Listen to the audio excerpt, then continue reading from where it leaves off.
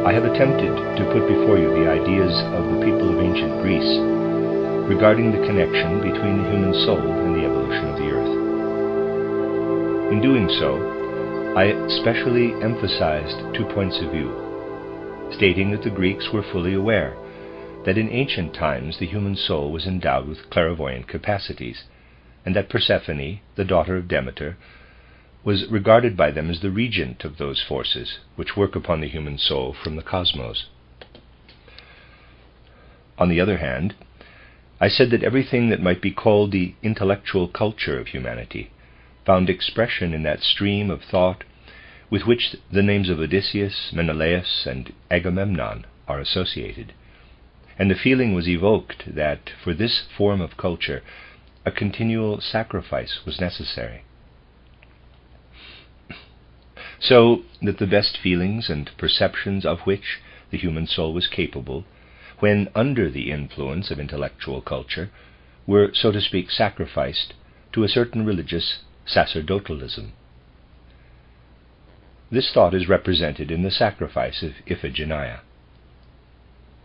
From such views as these, we are able to perceive that in ancient Greece the tradition, and to some extent the direct knowledge of what we are now striving to attain in our spiritual science, were fully active. We pointed out that in those days of antiquity, the human soul possessed clairvoyant vision.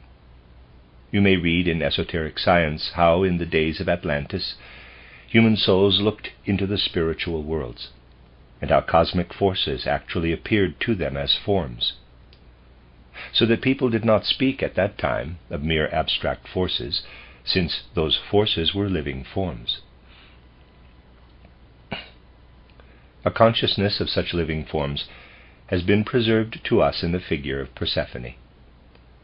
Slowly we strive through spiritual science to recognize once more, from a new point of view, the same living forms in the spiritual world which were so well known to mankind in the days of antiquity, and which in the mythology of the ancient Greeks were hidden within the forms of their gods.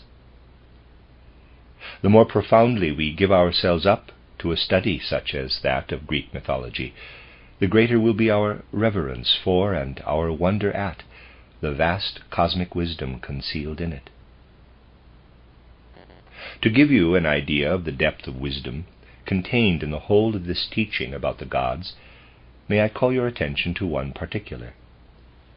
I said yesterday that Greek mythology points to 2 streams of culture, the one intellectual, with which Menelaus, Agamemnon, and Odysseus are coupled, and which is so beautifully represented in the sacrifice of Iphigenia, the other connected with Persephone and her mother Demeter. Everyone who thinks about the world must necessarily reflect that currents such as these cannot be independent of one another. Though they appear to us to be separate, they must nevertheless have an inner connection, some point of contact. How does Greek mythology express the deep wisdom underlying the connection between the Demeter and the Agamemnon currents? We know that modern science has nothing to give us in this connection but a few abstract ideas. The history of the Greek gods and heroes, however, tells us things such as this. It carries the ancestry of Agamemnon back to a representative of the forces of the human soul, whom we may call Tantalos. From the Greek legend we know that Tantalos wantonly offered his own son to the gods as food, and the gods noted the impious nature of this act. But one of the goddesses partook of a shoulder blade, and she was Demeter. By this strange symbolism, the partaking of the shoulder blade of the son of Tantalos by Demeter, a hint is given of these 2 streams of culture. There is a connection between them. Demeter-like forces enter into all modern intellectual culture, which is connected with the names of Agamemnon, Menelaus, and Odysseus. For every characteristic of Greek mythology, we rediscover an equivalent in modern spiritual wisdom, and it is not superfluous to call attention from time to such profound and significant traits, for they enable us to recognize how the manner in which the human being contemplates the external wonders of nature changes in the course of time. Modern natural science is proud of its interpretation of nature, but it has little reason for pride when we consider that the Greeks, in the forms which they gave to their gods, expressed the profound force of nature as the regent of nature's wonders. They betrayed a far deeper natural wisdom than is dreamt of in any science of our day, a wisdom that will never be dreamt of till spiritual science has been given a place in our civilization. These are suggestive points of interest, stimulating us to extend the knowledge we have acquired in the course of years and compare it with the profound truths contained in Greek mythology. One event in the mystery of Eleusis points to a wonder of nature, great in its significance. What is the fact of fundamental importance in the mystery of Eleusis? The fact that Persephone, the representative of the ancient clairvoyant forces of the human soul, is carried off by Hades, the god of the netherworld.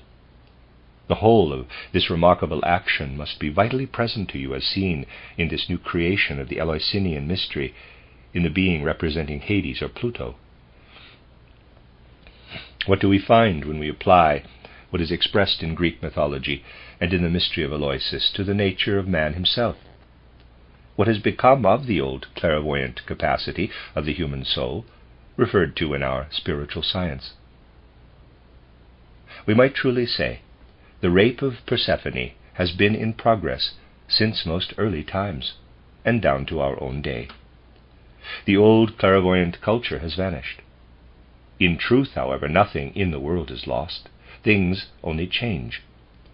What has become of Persephone?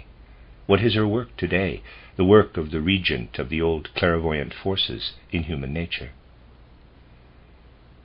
There is a state of consciousness active within us which might be called a wider, more all-embracing, subconscious soul life, which does not, however, rise into consciousness in the majority of human beings at the present day. It is better to call it a subconsciousness than an unconscious soul life. In that subconscious life of our soul, in that which is at work within us today, without our knowledge or intellectual understanding, we find Persephone. Thither the ancient clairvoyant forces have fled. In the most remote times, these forces operated in the human soul, so as to enable it to behold the spiritual worlds with clairvoyant vision. In our day, they are active in the depths of the soul. They assist in the development and formation of the ego principle, making it continually stronger and more self-reliant.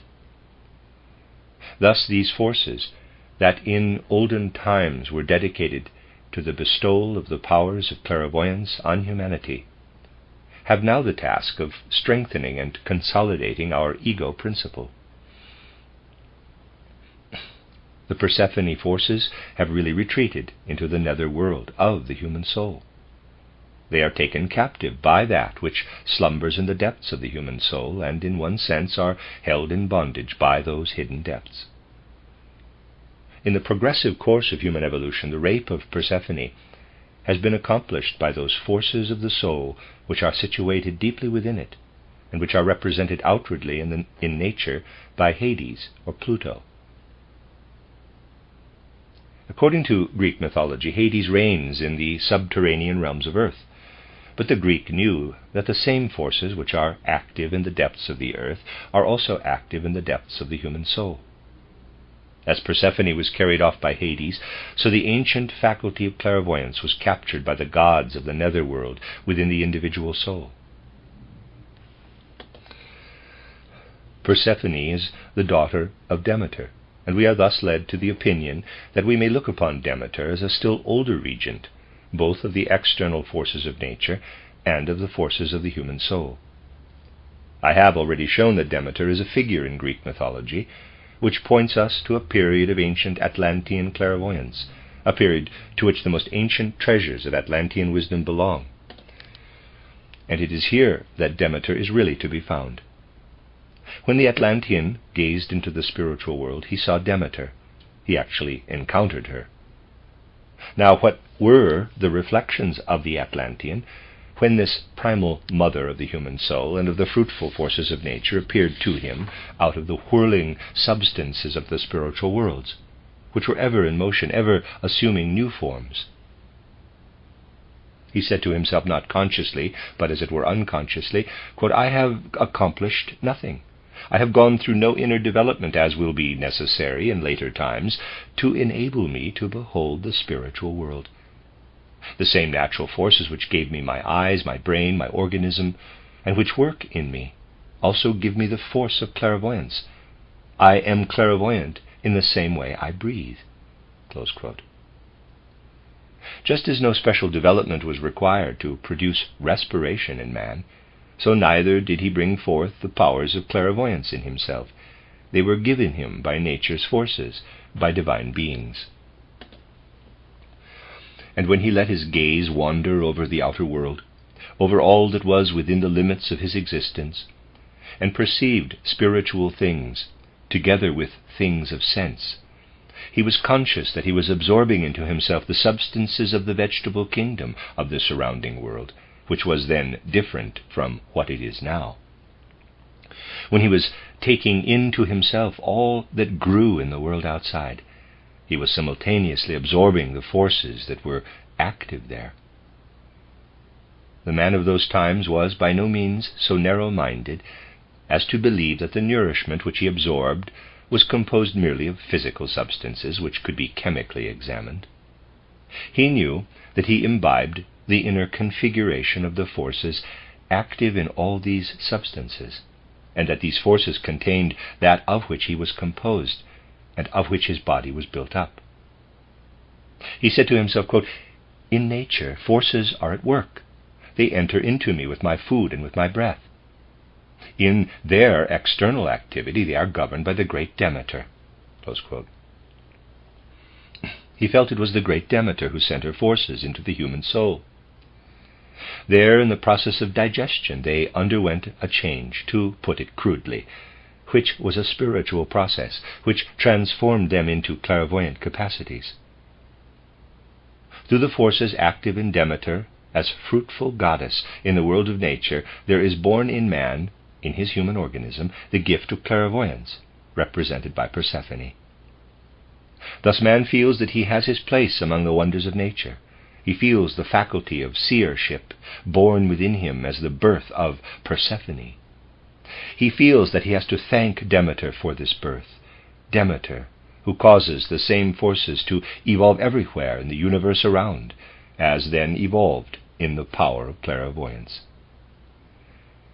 In this way the men of old looked up to Demeter, and in ancient Greece a memory remained of the devotion paid to that great goddess. We have already seen that the human organism, the outer organization of the body, has changed since those ancient times. Our body, with its present organization of muscles and bones, is considerably denser and more solid than that of the human beings who gave birth to Persephone, and who still possessed the old faculty of clairvoyance. Because it has become denser, our body can, so to say, hold captive the clairvoyant forces in the nether world of the soul. The imprisonment of the clairvoyant forces within the human soul is due to the densification of the human body. It was still felt in ancient Greece that as the old, more pliable human body grew denser, it absorbed the forces active in the interior of the earth, whereas formerly it was governed more by the forces inherent in the air, which kept it in an ethereal state. Stronger and ever stronger became the influence of the forces in the interior of the earth upon the human physical body, the forces governed by Hades, so that we may say that Hades became ever more active within the human being. He densified the human body, and in doing so captured Persephone. This densification extended even to the physical body, for even in the earliest post-Atlantean periods, the human organism wore a very different aspect from that of today. It is very short-sighted to think that the form of man has always been as it is now. Thus, beneath the nature wonders of man's own being, we can perceive the rape of Persephone and the relationship of man to Demeter. We also find, prevailing in Greek mythology, the consciousness that man is a microcosm, an expression of the macrocosm or great universe. As Demeter works outside in the mighty forces of all that grows and bears fruit on the earth, so the offspring of Demeter works within. As the forces, represented by Hades, work not on the surface of the earth, but within it, so Hades works within the individual human organism. We must be able to turn away completely from all that is customary at the present day, from the habits and usages of our present lives, to understand the totally different mode of thought of the Greeks. Modern man looks to government or to parliament. These institutions give him his laws, and he would regard the idea as folly that cosmic forces pass through the heads of those who sit in parliament, or that divine forces reign there. We need not follow up this question. It would sound absurd to the modern man, but it was not so in the times which preceded written history, any more than it was in the days of ancient Greece. In those past ages an idea prevailed, at once so strange and magnificent, that it is scarcely comprehensible to the man of today. Think of all that I have said about the development of the Greek gods, how I indicated the way in which Demeter worked in ancient times, how she directed to human nature the forces working in the vegetable kingdom, and caused her child to be born in human nature. It was thus she worked in olden times. Other gods worked in like fashion in those days. They also worked with the forces and the wonders of nature. How was it they worked? When man ate and breathed, he knew that it was the great Demeter who filled the air and the plants with the forces which he imbibed into himself. It was Demeter who gave him his clairvoyant consciousness. It was she who directed him how to steer his course in the world. There were no laws at that time in the modern sense, no outwardly expressed commandments. But as man was clairvoyant, it dawned on him clairvoyantly what he should do, and what was right and good. In those remote times he saw in Demeter the being from whom he derived his nourishment, and also the universal force, the force of nature, which, while he absorbed nutritive substances, transformed them in him, so that they gave him his morals, his rules of conduct. He thought as follows, quote, "I raise my eyes to the great Demeter, and whatever is accomplished by me in the world is done because the forces which are without in the plant world are directed into my brain." Close quote.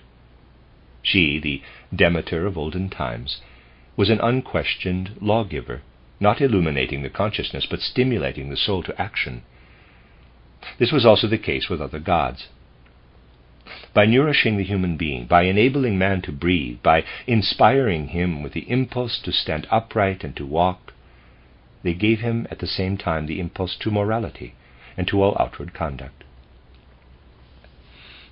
Because the gods assumed those human forms already referred to, we say that Demeter saw in the loss of her child Persephone a loss in the depths of human nature. This was the rape by the denser corporeality of the clairvoyant forces, so that they were henceforward directed merely to the gross nourishment of the body. When Demeter withdrew, as it were, from directly imparting the moral law in ancient times, what followed? She instituted a mystery, and by so doing provided, from that time on, a new law as a substitute for the old law which had worked through the forces of nature.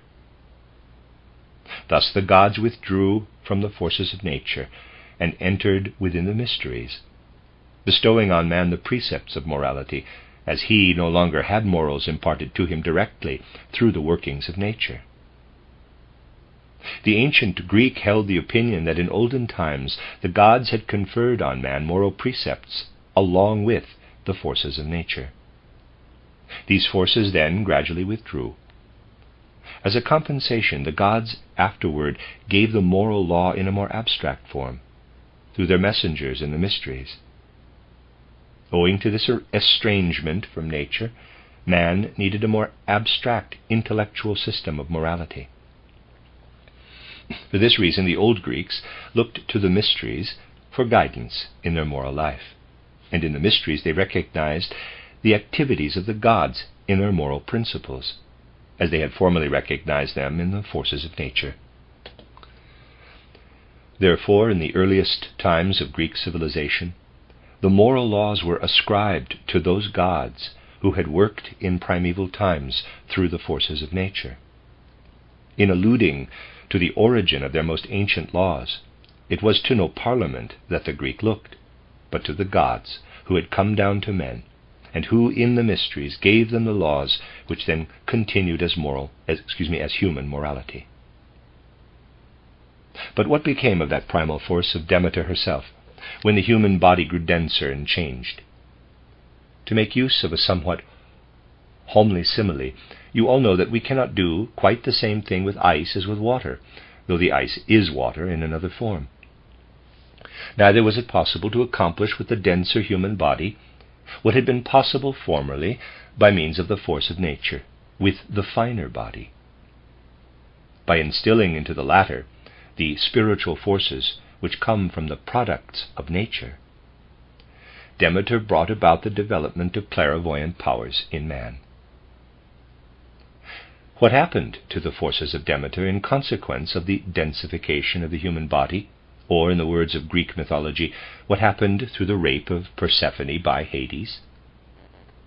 The Demeter forces had to withdraw from the organism of the human body. They had to become less effectual.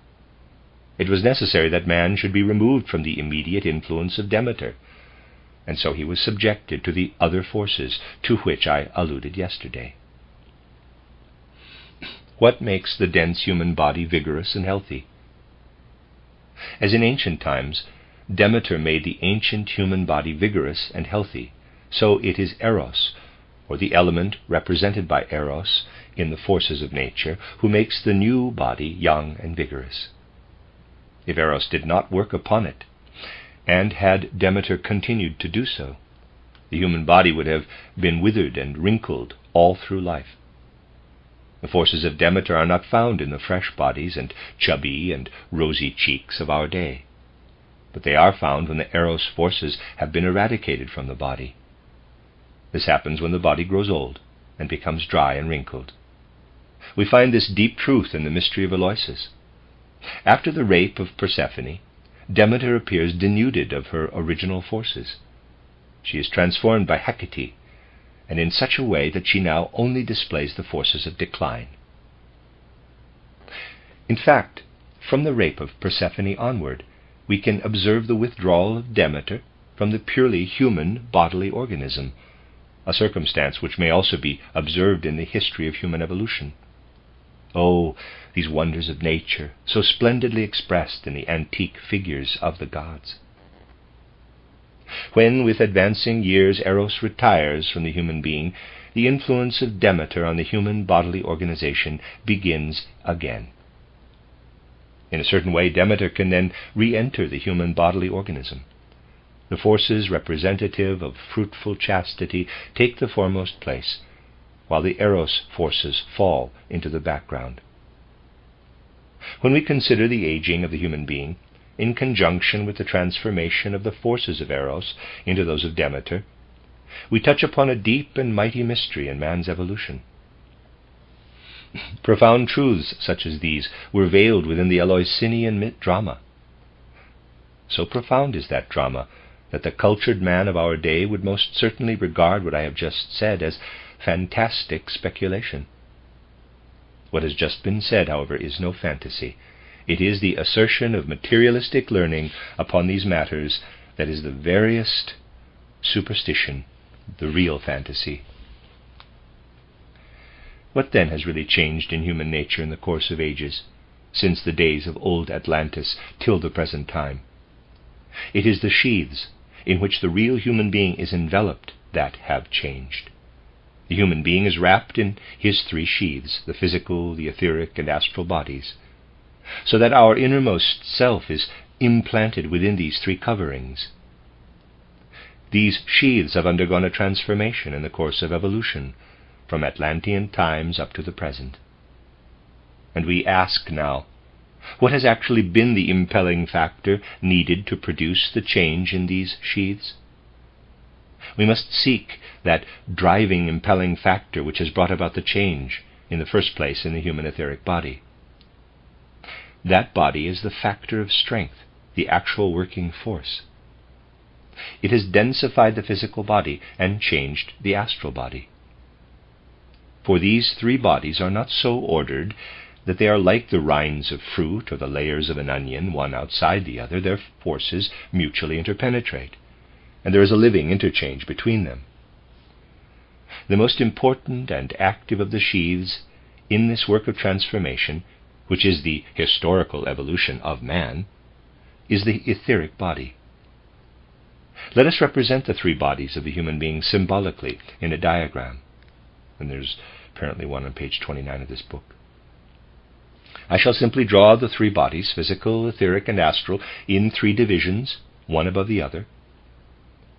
The forces actually effectual here, especially the forces of Eros and Demeter, we must seek in this etheric body. From the etheric body they are directed upward into the astral and downward into the physical, so that the etheric body influences both the astral and the physical body. The work of the etheric on the physical body at that time was, in the first place, to render it denser and more solid, while its influence on the astral body was such that the latter no longer developed clairvoyance, but in its place the human intellectual forces. This work of transformation of the human being, in consequence of the work of the etheric body on all the three sheaths, produced in the course of time the most important and essential alterations in the three bodies themselves.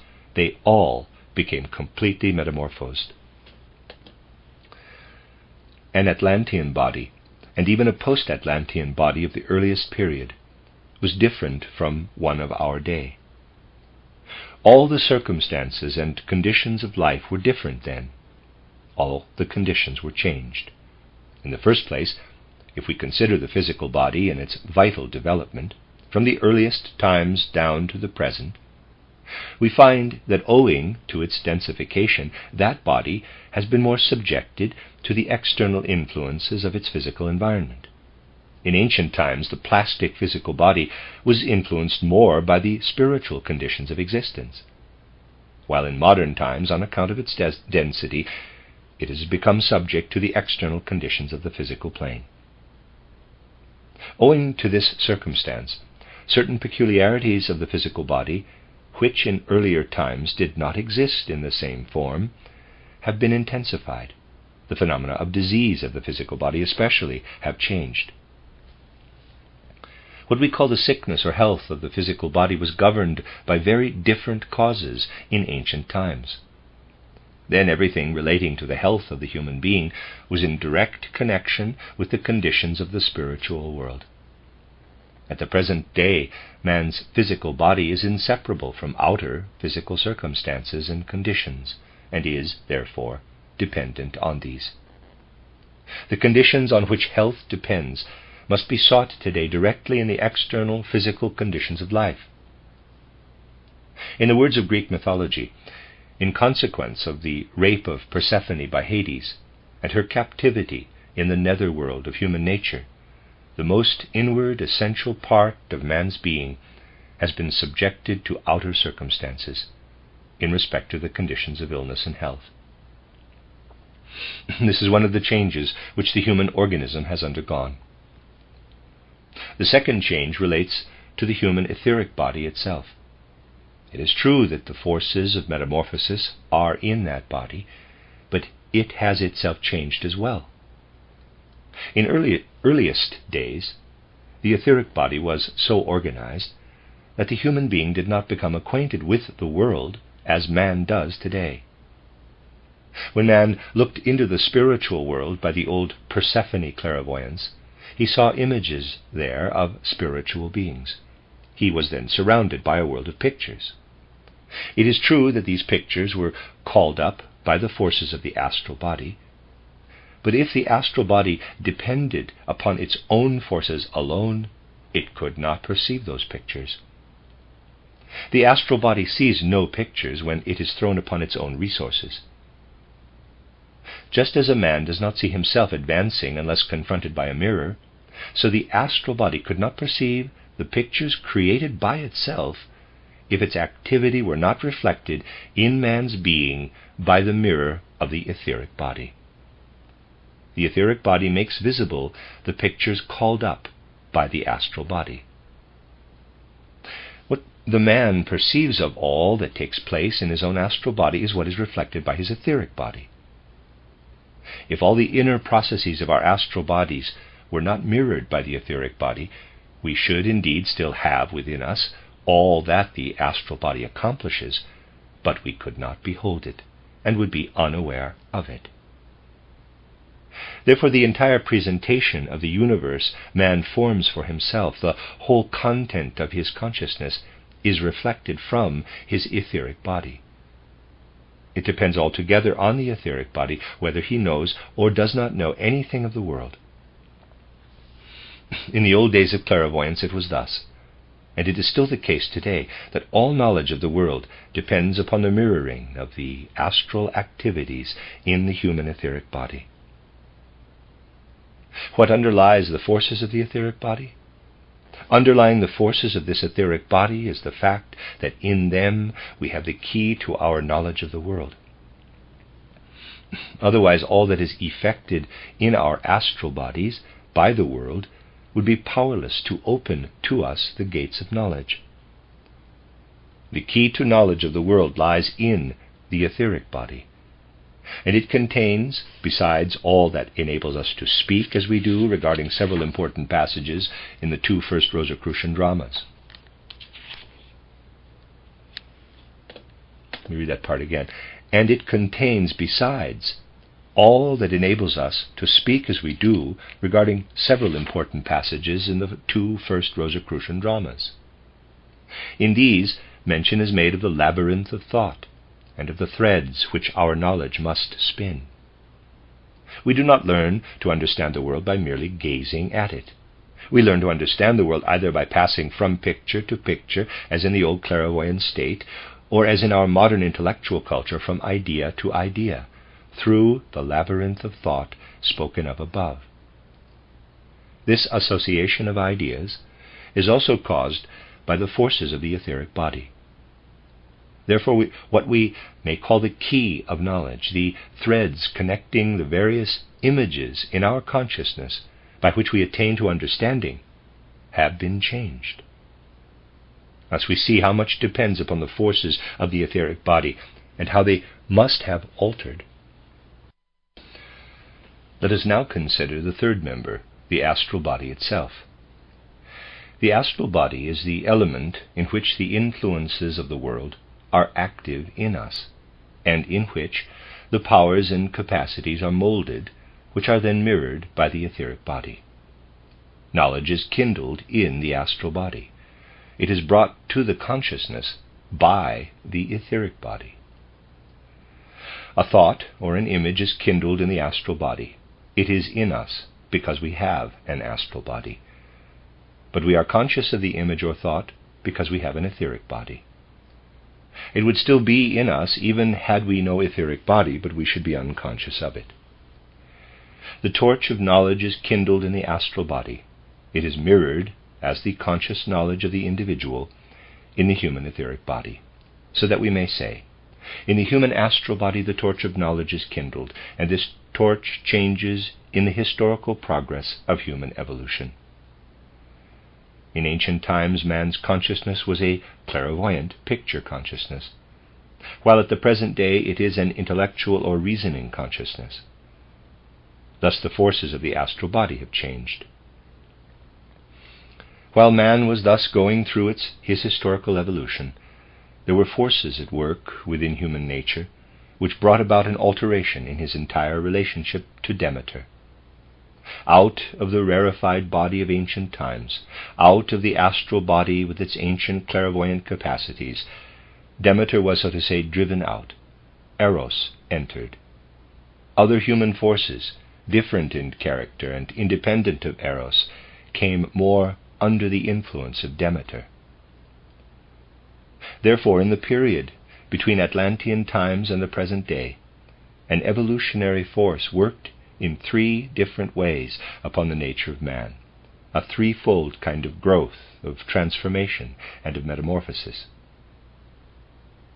Starting from the etheric and passing on to the physical body, then to the etheric body itself, and then to the astral body, this force of growth and of change was active in human nature and is in us now.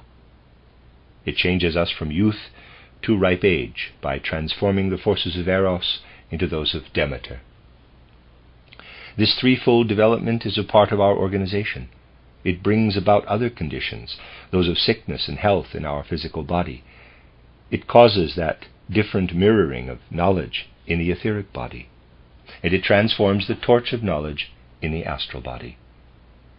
How marvelous it is that the figure representing these evolutionary forces of human nature should greet us from ancient Greek mythology, forces working in all of us and transforming our astral body, and therefore also the nature of Demeter.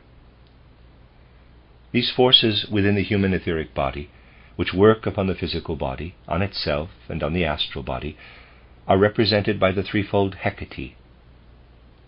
What we now mean when we say forces issue from the etheric body, which have a threefold power of transformation, was expressed by the Greek in his allusions to the threefold Hecate. A nature miracle of the human organism and its development is expressed in this image of the threefold Hecate. An immense vista of wisdom is here unveiled to us. Her statue may still be seen in Rome at the present day. Hecate is there represented in her threefold aspect as follows.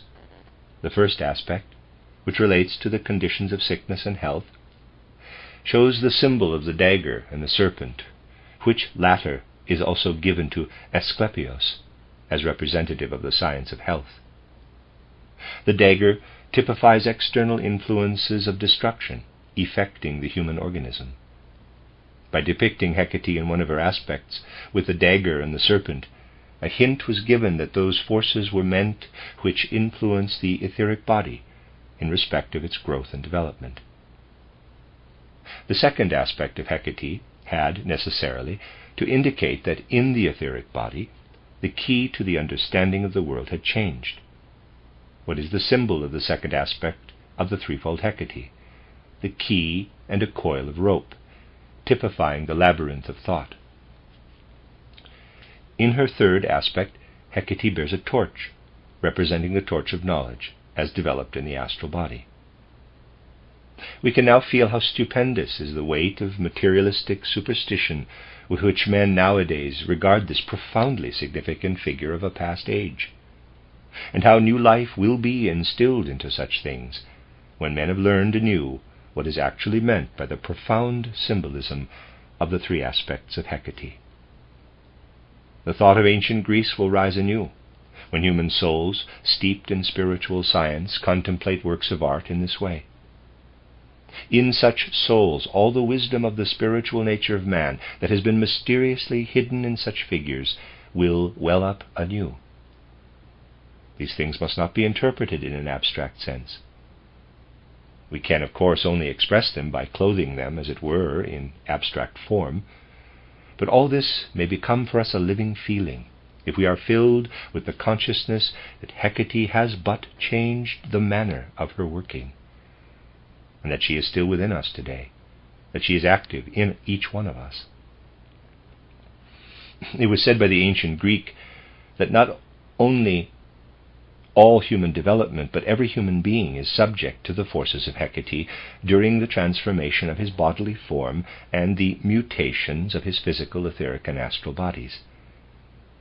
Hecate works in every individual in a threefold manner.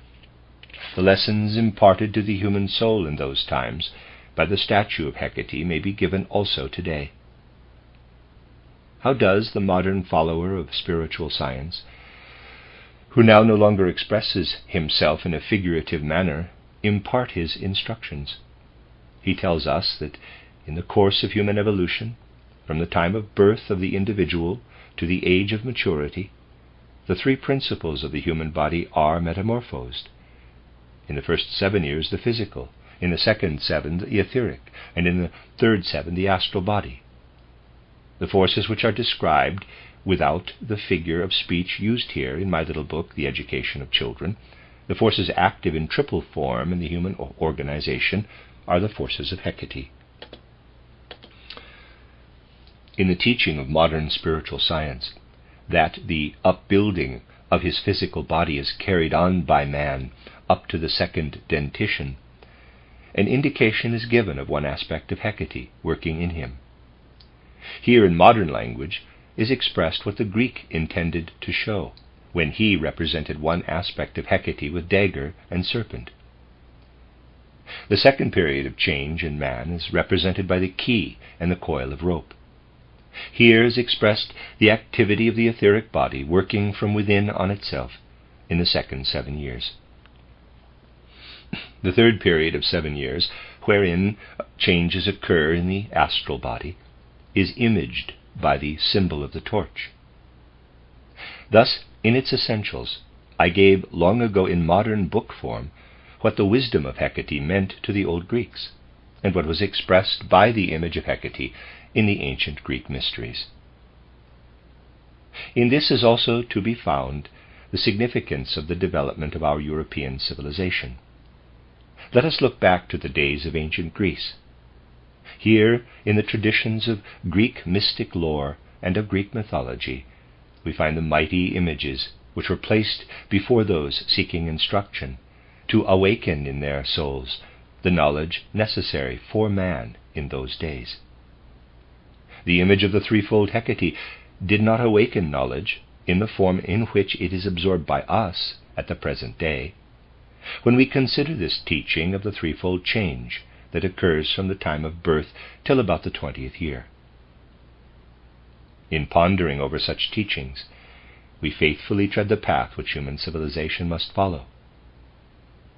The old clairvoyant form of knowledge had to sink down into the kingdom of Hades, within the human soul, and for a while, from the time of Socrates till our own day, it was necessary that ignorance should, to a large extent, prevail with regard to all these matters. The task before man was to consolidate his capital I principle and to develop his egoity. The ancient wisdom of the Greeks, stimulated by those grandiose images, remained below the surface of the human soul. There it lay as if buried under the dust of intellectual culture. Now it reappears once more from the depths of spiritual darkness. In anthroposophy or spiritual science, there emerges from modern life that which had sunk into the depths of the human soul. We now begin again, in the manner described by me in the title Education of Children, to recognize the threefold Hecate in a more abstract form. By this means, the human soul, notwithstanding the prevailing intellectuality, is prepared for a new clairvoyance of the future, and the preparation for this future clairvoyance is our spiritual science. Oh, that threefold Hecate, of whom the Greeks spoke, Demeter, Persephone, and all the other figures, which in those days were not the abstractions that superstitious wiseacres of our day imagine, but living forms of Greek seership. All these forms will reappear to clairvoyant vision, and will descend more and more on man from the spiritual worlds in the future. The force which finds its way into human souls in order to give rise again to these clairvoyant powers is the same force which, as conscious thought, was first prepared for man's understanding in the ancient cult of Jehovah. This force attained full development with the coming of Christ, which fact will be recognized more and more by the human race. And when, within the circle of true spiritual science, it is said that in this 20th century clairvoyant vision will already begin to reappear, and that human beings will already be found who can behold the Christ clairvoyantly, who, since the mystery of Golgotha, has been united with the earth, it is always added at the same time that the second coming of Christ will, as a matter of course, not be in a physical body, but will be visible to etheric vision, as in the case of Paul before Damascus. Through the Christ force, all the necessary impulses are given to human nature, by which this is restored, and by which man is enabled to behold all that has disappeared into the subconscious depths of the soul, as for instance the figures of Greek mythology. This will be the greatest event in the future evolution of the human soul, an event for which spiritual science must make preparation, so that human souls may be made capable of acquiring this etheric vision. In the next 3,000 years, an ever-increasing number of human souls will be filled with this impulse, and that lapse of time will be mainly devoted to kindling forces within the human soul, which will make it aware of the etheric wonders of surrounding nature. In the present century, isolated individuals will begin to see with their etheric soul the reappearing Christ. The numbers of these will increase more and more in the next 3,000 years. Then the true Oriental tradition will be fulfilled, which agrees with all genuine occultism, namely that at the end of these 3,000 years the Maitreya Buddha, descending to mankind, will speak in an equally comprehensible way to the human soul, and will then impart the Christ nature to man. This is the secret guarded by Oriental mystic wisdom, that in about 3,000 years the Maitreya Buddha will appear. What Western civilization has to contribute is the teaching that the cosmic individuality has appeared once and only once in a physical body, and that he will become ever more visible to etheric vision as time goes on. You will find this truth emphasized in the mystery drama, The Soul's Probation, and with it something is confided to the human soul. With words compelling as these, spoken by Buddha 2,000 years ago, regarding what at that time seemed natural to the most advanced souls of his day, the Maitreya Buddha will then proclaim everywhere what at present it is impossible to speak of publicly, but which will come to pass through the etheric vision of the Christ. This is the greatest event of the 20th century, this upward development of human nature to that which may be called a repetition of the vision of St. Paul. At that time this could occur to one person only, to Paul in his vision of Damascus. In future, beginning with the present century, it will be possible by degrees for the whole of mankind. That man who has faith in the progress of human nature, and who believes that the human soul will develop ever higher and higher forces, knows that it was necessary for the human soul, which had sunk to the profoundest depths of the physical plane, that Christ should appear once in a physical body. It was necessary, because at that time the human soul could only see the divinity in a body visible to physical sight. Inasmuch as this event took place, inasmuch as this event had been prepared by the ancient cult of Jehovah, and then actually came to pass, the human soul has been guided to ever higher and higher powers. The enhancement of these capacities is shown in that men will now learn to see Christ, even when he is no longer with us in physical form, in the form in which he has been with us since the mystery of Golgotha, a form visible, of course, only to clairvoyant sight. Christ is present here. He is united with the etheric body of the earth.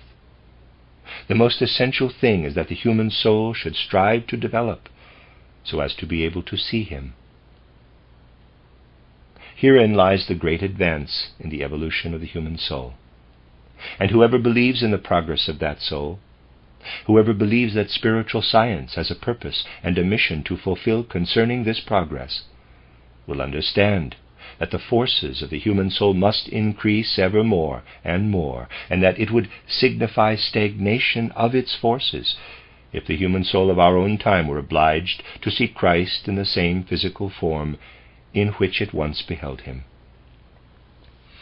Anyone who believes in progress and in the purpose and mission of spiritual science knows that there is a sublime meaning in the old Rosicrucian formula regarding the being who was the Son of God, and who incarnated once in a physical body.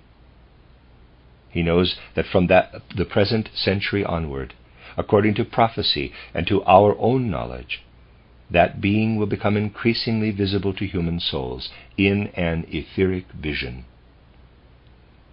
He who believes in the advance of human development believes also in the return of the Christ, who will be visible to those gifted with etheric sight. Let him who does not believe in progress hold to the opinion that the powers of the human soul remain stationary. Such a one demands the reappearance of Christ in our day, in the same form in which he appeared before, when humanity had descended to the lowest depths of materialism. He believes in the return of Christ in the physical body.